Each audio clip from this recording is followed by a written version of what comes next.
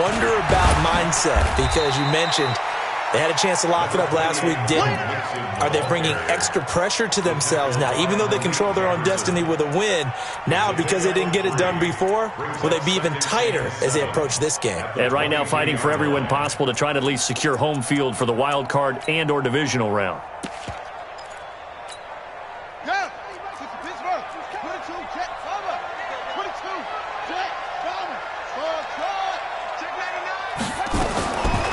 And here's Flores to throw on second down. And the catch made. It's Tyler Boyd. And they do finally get him, but he takes it to the 25.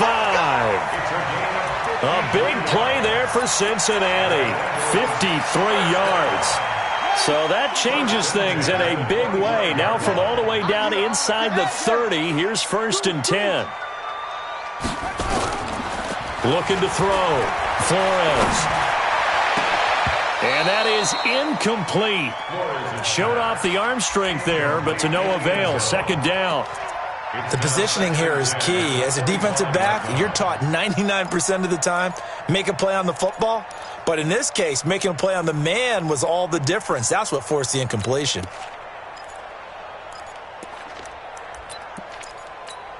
An incomplete pass leads to 2nd and 10 from the 25. Flores to throw again. And that is incomplete. A lot of force bearing down on him there. He could not hang on. It's 3rd down. So back-to-back incompletions.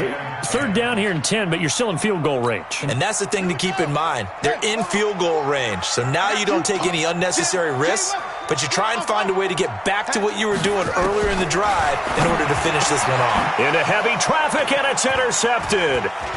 Picked off at the 16. And he'll take it across midfield to the 46-yard line.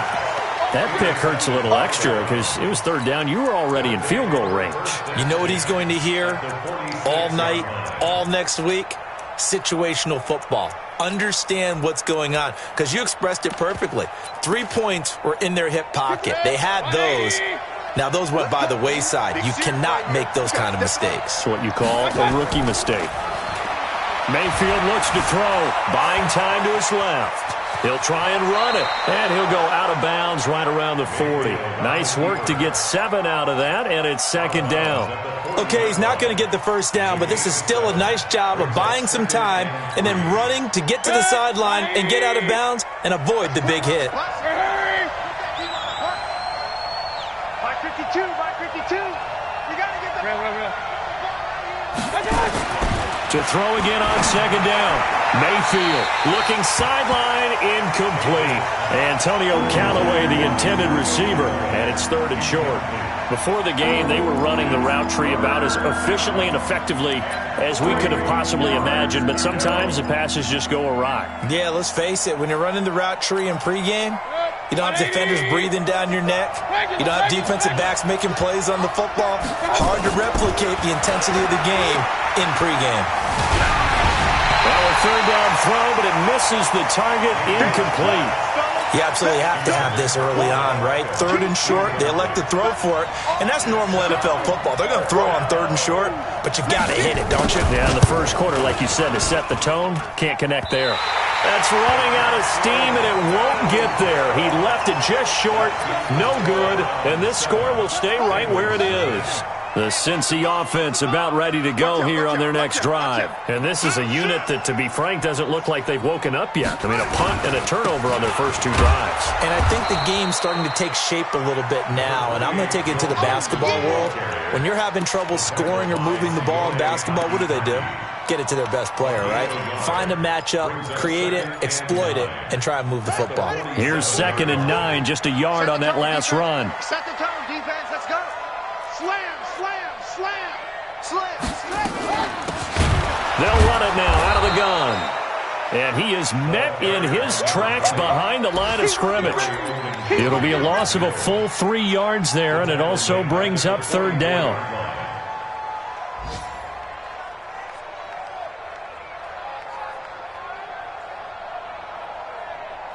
Set, ready.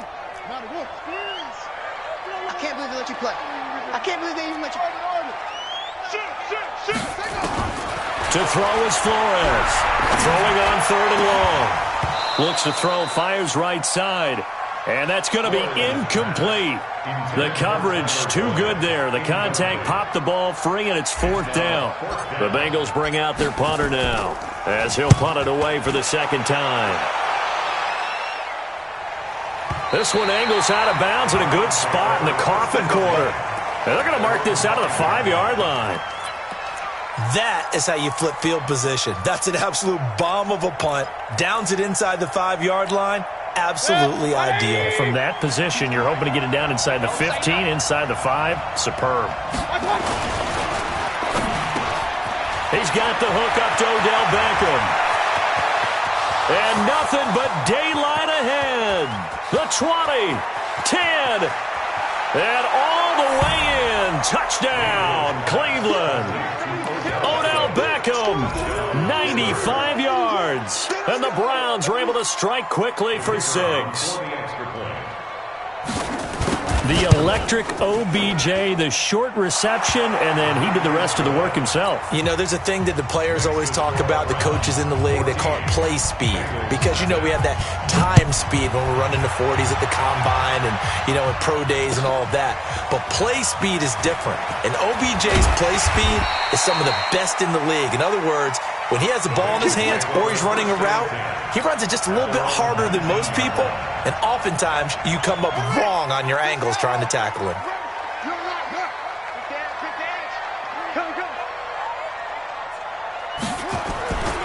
Here's Joe Mixon as they start on the ground, and he'll be taken down at the 20 after a gain of just 1. Well, we saw him there trying to get it to the outside, trying to get to the perimeter, but not a whole lot of room there. But there's got to be one positive to that. If you keep moving laterally, creases tend to develop as the game moves on, and they can run it back inside later. Flores now, looking to throw on 2nd down. Looking middle, and that's complete. A Bengal first down on the 16-yard pickup there. I know I spend a lot of time talking about how tight ends in a lot of cases now are pumped up wide receivers, but they're still big people. He used that frame right there to absorb a really big hit on him and held on to the ball. They'll run it now out of the gun. And he'll grab a gain of 5 out of this up to the 41-yard line. Well, you're down early. How do you get back in the game? Maybe establish the run. I think they're trying to do that. Now, I'm with you on that one, and what I like about the message is that there's no panic from the head coach. He's already told his offensive coordinator, let's run the football, let's get things settled down a little bit and find our way back into this game. Man, it's caught at the 6-yard line. And he will take it on in for a Bengals touchdown. John Ross, his 6th touchdown of the season, as his guys are on the board here in this first quarter. The extra point splits the uprights, and that'll make our score 14-7. And no return on this one as the fair catch is signaled for and taken. The Browns take over 1st and 10 at their own 25-yard line.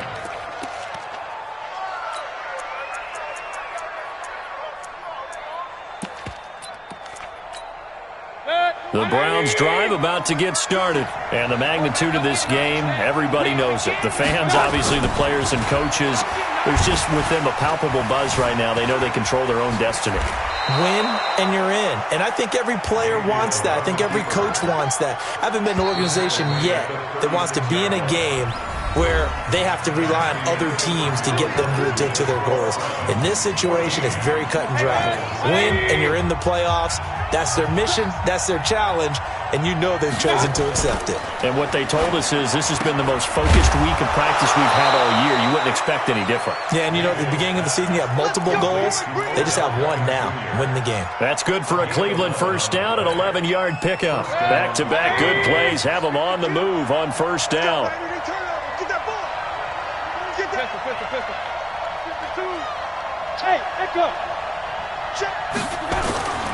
Now Mayfield. He'll let it go deep for Beckham. And this is taken in at the 5. And all all the way in. Touchdown, Cleveland. Odell Beckham with his second touchdown here in this first half. And the Browns are going to tack on to their advantage. Point after, right down the middle. And it's now 21-7.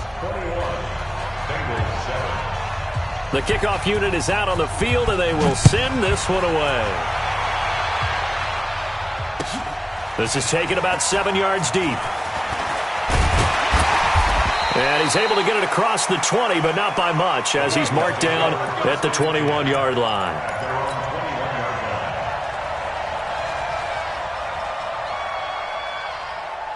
The Bengals drive about to get going. I guess they have to feel a little gratified to at least get on the board last time, but still work to do. No doubt about it. I wonder now if they're going to try to increase the urgency a little bit, maybe pump up the pace, maybe go 2 minute. Who knows? Let's see what they decide to do. Give him a couple on the carry there. 2nd and 8. On 2nd down, here's Mixon. Trying to bounce it outside, but he's only able to get it back to the line of scrimmage. 2 runs in a row, but only 2 yards to show for it. But we just saw a great example of what we talked about with his coach prior to the game. He's definitely one of the better linebackers at reading a play and flowing to make the stop before it turns into something big.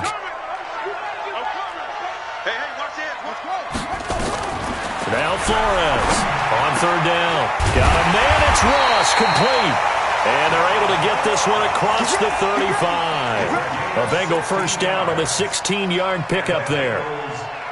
Nothing flashy there, the slant to the slot. Oh, and the frustration for the defensive guys, because it's a quick play.